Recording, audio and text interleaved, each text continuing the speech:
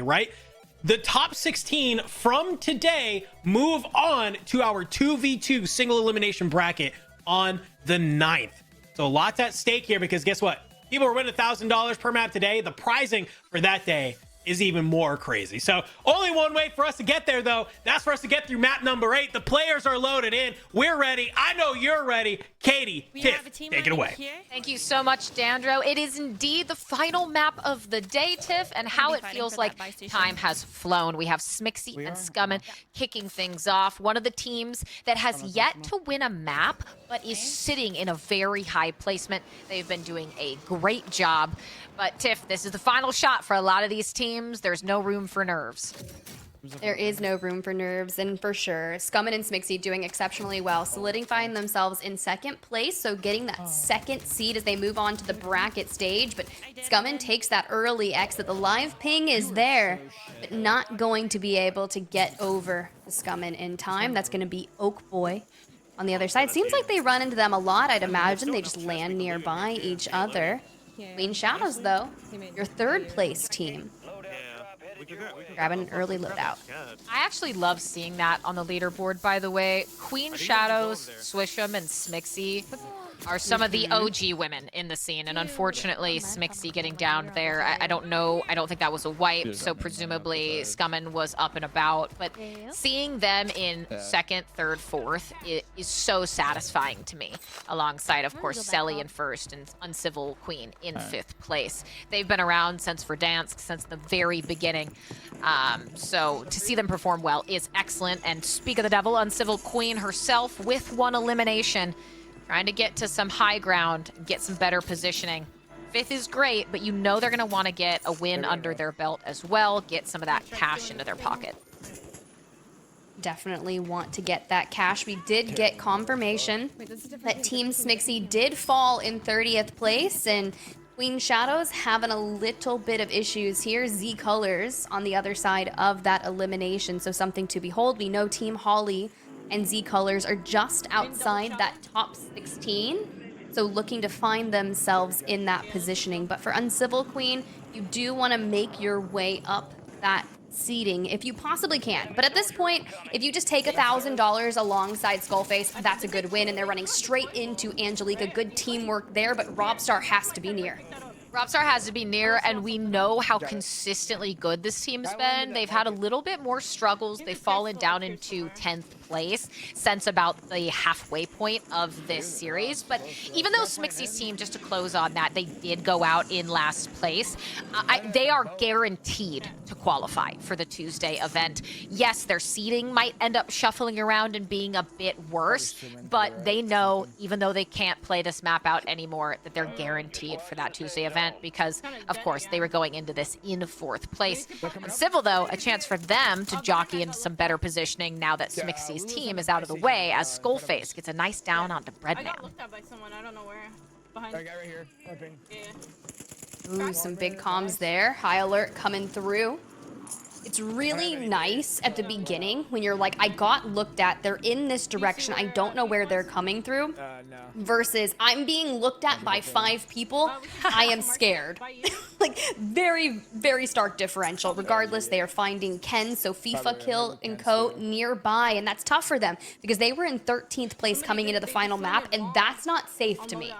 No, that is not safe at all. Really, it feels like anyone with 50 points and above are the only, and that's essentially going to be 7th place through first, are going to be the ones who feel fairly confident on things. Uncivil does get beamed, forced to back away, while Skull again in the background downs Tommy.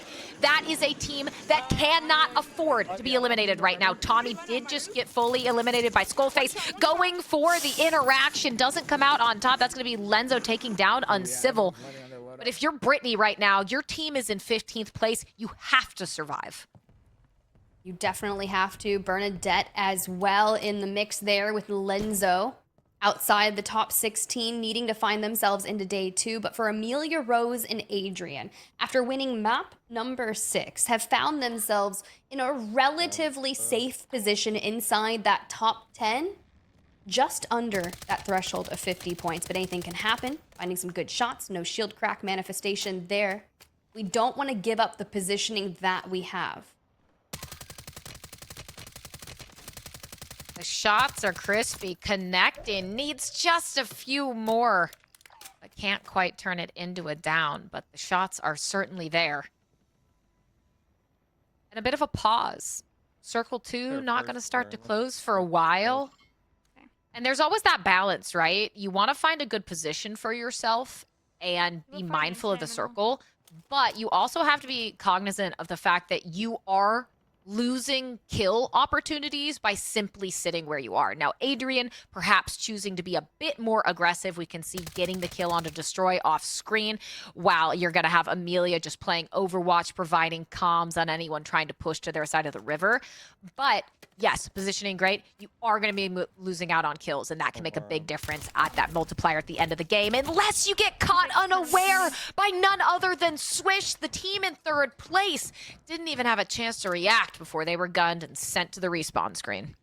That was a pretty cheeky angle, if I might add, as well. Well, at least they were split. Adrian will have to survive on his own for just a little bit. Careless Kitty hitting that UAV, looking for information. You can see that Aydan just ahead of them.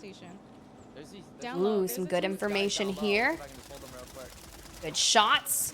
Can we get some eliminations? We know we were in 18th place ahead of this, so 2 spots out of day 2 qualification. So everything is of utmost importance here, and some good moments there. Noob's going to fall.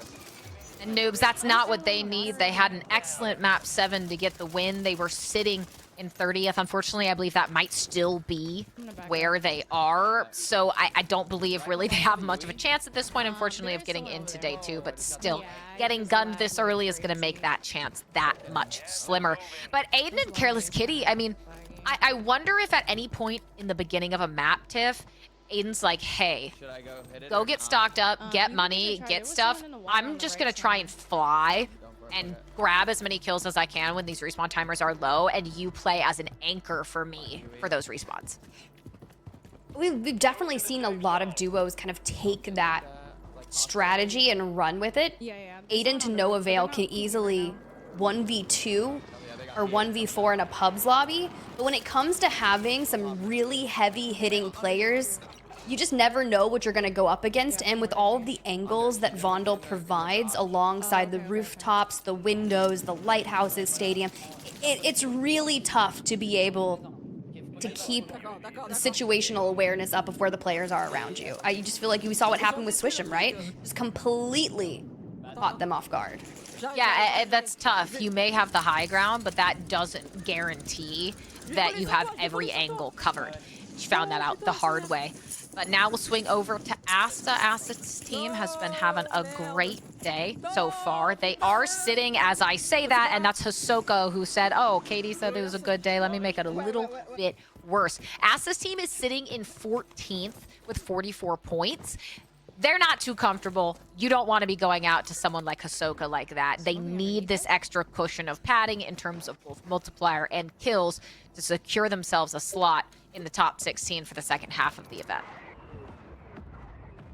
Careless Kitty and Aydan on your screen right now, waiting for that zone to close. It does so, but still want to make sure that no one's going to make their late entrance in.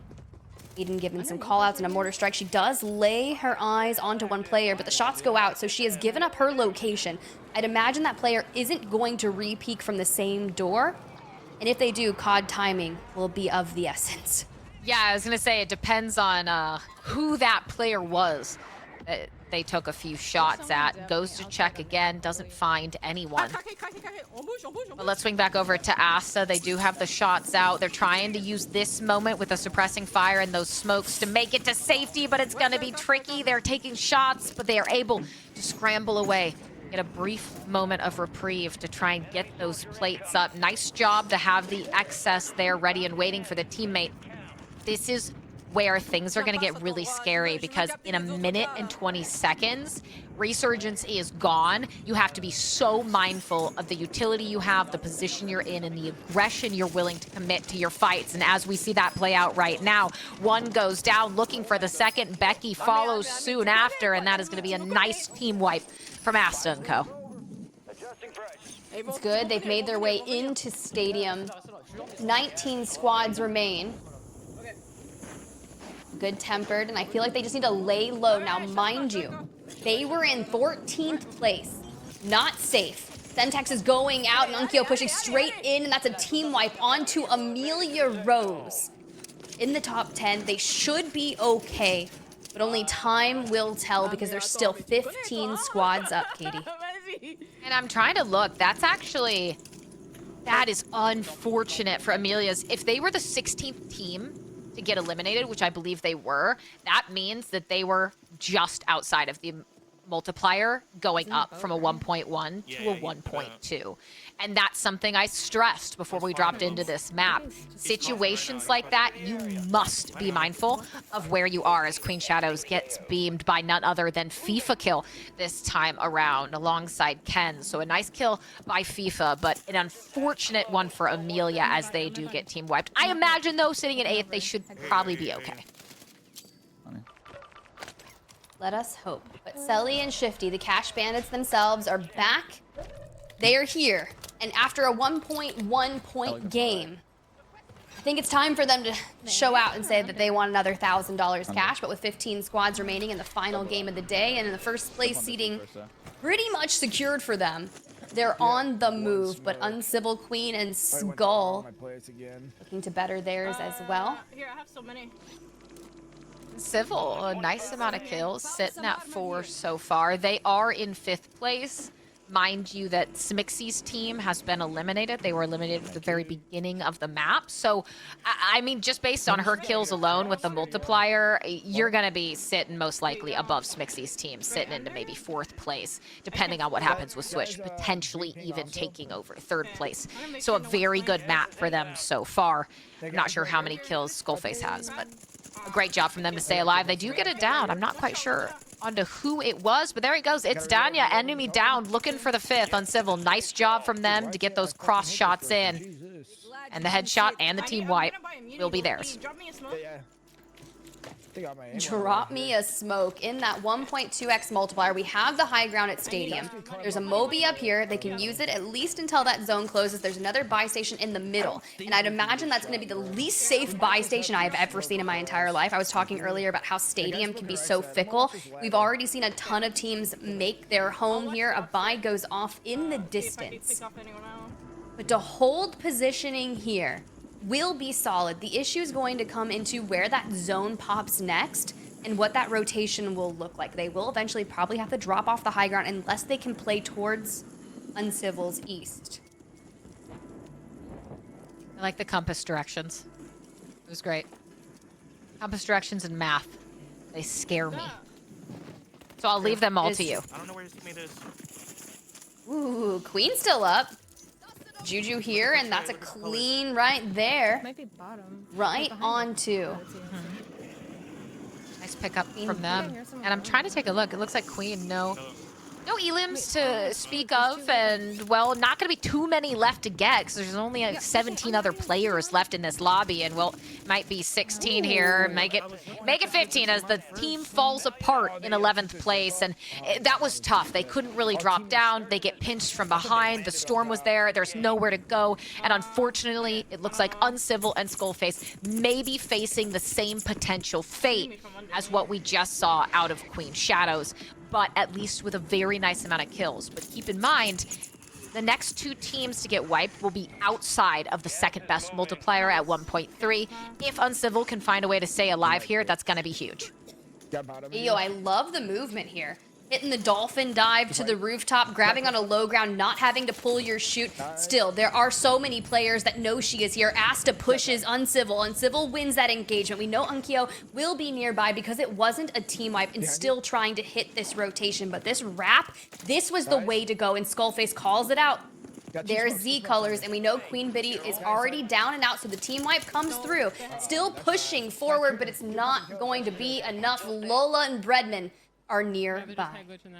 Swing back over at QLC. We're here sitting in 7th place, and with 4 eliminations, this is a great spot for them. They're set up well. They've got a decent amount of plates. Ammo's looking good. Unfortunately, not a lot of smokes to work with, but the positioning right now should serve them well until, of course, we get the pull on this circle. And that pull's actually going to be horrible for them. They're going to have to cross a lot of open space, and they're going to have to do it right now.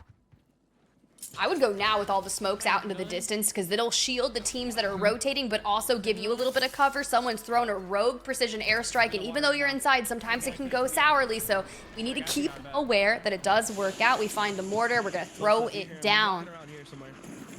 But for T here, listening to Ahsoka, calling out some comms, giving some direction, this is going to be important. These comms from Hisoka, who better to listen to, especially now that you're in. There's 4 other players, so you know you're gonna have to deal with some duos, but if you can hopefully try and third party, allow them to pick each other off, make each other weak while you patiently wait. But it is gonna be QLC and Clutch, one of those 2 duos working frame by frame as they fall. And of course, this is the moment that you wanna try and avoid as they fall. QLC with the kill, Clutch falls as well, and who else would be in the 2v2 at the end but Selly and Shifty with the team wipe to close it out, because you know what? Tiff, let's do absolutely nothing in maps 6 and 7, have a 33-point lead, and then top it off with another win on the day. 3K, 3 maps, first place, no problem. Bro, when I was fucking looking at Bread, he selfed and he was like doing pull-ups on the bus station, bro. That sounds like a very Breadman thing to do. Selly, you're not wrong. Breadman just out there doing pull-ups mid-game, chilling with Lola. But no, for real, honestly, Katie, I think they just wanted to prove to you that they could win an even number map. They did it on map 8. Wow, I love that you pointed that out. You know what? They're sitting there and they're like, we heard them talking a little smack on stream. They're saying we weren't doing absolutely anything, so let's just go win the final map, an even number to boot. So an amazing job. Congratulations to Selly and Shifty on their 3rd map of the day. But I think here, I gotta look at how things are playing out for all the other teams. Like, we already know they're in 1st, Tiff. I want to know what's happening with teams that are in like 10th through 18th. I know, and everything was so close, and we didn't really get to see the teams that had such a vital stake in that top 16 and qualifying for map 2 on the leaderboard, whether they went down or not. But as we get to look through some of these replays, some great moments there from Asta, kind of going through, eliminating Team Becky there, and this positioning from Uncivil and Skullface is good, but trying to maintain that through the end game got increasingly difficult because you had teams like QLC and Belk holding the same rooftop, essentially mirroring them on the opposite side, but all of the attention just went to Uncivil and Skull. Now, she did go on a nice little tear there post that rotation after losing Skullface, and it was really impressive. They've already kind of secured themselves that spot in the top 16, but for everyone else, I guess we just have to wait. We just have to wait, and while we wait, we've got to get the opinion of none other than Dandro. I know you were watching. I know that you saw all the action. So what was your takeaway from that final map? I know you're thinking very deep. Yeah, I'm thinking that I just watched like so many people get slammed at the end. That's what I was watching.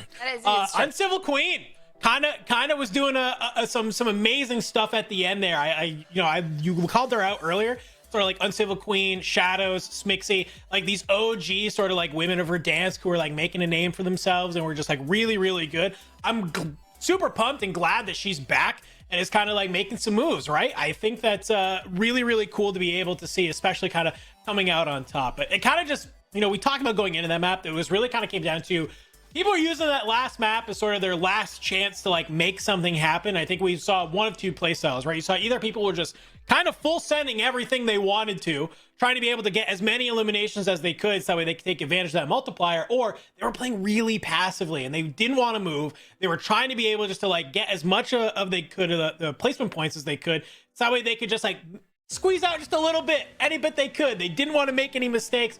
But at the end of the day, it was still a fantastic map, and I'm right there with you, girls. I can't wait to see what this leaderboard does. If you and I just side-eyed each other like, wait, who's gonna talk next? We're so impassioned.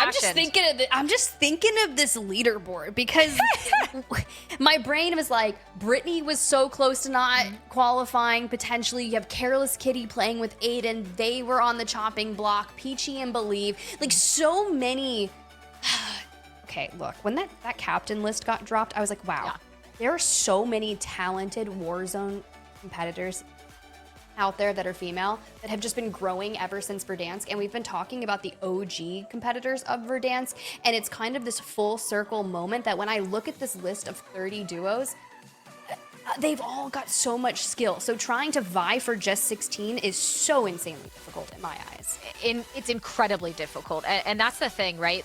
Yes, technically more than half of the teams today will qualify, right? There's 30 teams, there's 16 spots that qualify, but everyone is extraordinarily difficult to get a kill onto. Talking about a difficult kill, none other than Swish'em in the chat right now. Swish'em playing so well throughout the day, got one of those map wins, netted some cash in the pocket, and has been in our top 3 so far, consistently getting better and better as the day progressed. So look, you're going up against some of the best, and their co-ed invites. I mean, say less about players like Almond and so on, Hisoka, Shifty. They're all so talented, and oftentimes people can underestimate the difference, Dandro, in difficulty for the lobby when you're talking about a custom tournament versus a kill race. In a kill race, you're playing Timmys and Bobbies and Billies, and maybe occasionally you're playing someone good. In customs, every single person you're fighting against is the best of the best.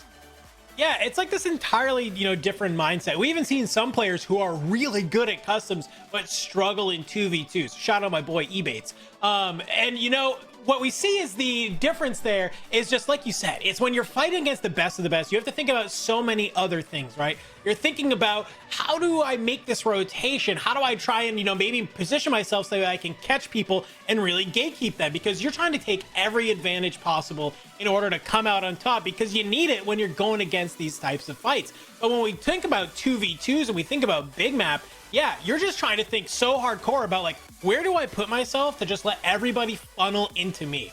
How do I, kind of be able to get the cash I need, be able just to constantly pop UAVs, be able to find the people that I need to, and also stay up, right? Because like you said, you can find all of the guppies you want on the map, but there's also going to be those lobbies where it's just filled with sweat lords, and you got to change your play style up a little bit. So I think when it comes to some of these players who made it out of today, which we'll find out here in a little bit, it's going to be a mentality shift. Thankfully, they got a little bit of time in order to kind of make that before we head into the 2v2s on the 9th. I think we might be able to find out who's in our top 16, who's made the cut right about now. Tiff, let's take a look. Who is in our top 16? Who is making it to Tuesday? Wow. I'm sorry, my eyes immediately run straight to the 16th place. Team Peachy. So Peachy and Believe, they are able to get into the top 16. But for the names that are not going to make it, Team Tifa and Dongy, Team Brittany and Tommy, Clocky, Careless Kitty, and Aydan are just missing out on day 2 by a mere 7 points, separating 16th through 20th place. Team Holly, they make it through. Asta make it through. Ken's, Rosie, and FIFA, even though things were looking a little dire for them at a point in time, they make it through. Amelia, who got completely caught off guard by Swish'em and fell early on, only slipped 4 places to 12th, but it still doesn't matter because they were in that top 16. So you look at that. You're right. If you're just joining us in chat and you thought this one-day $75,000 tournament was it, no. It's 2 days.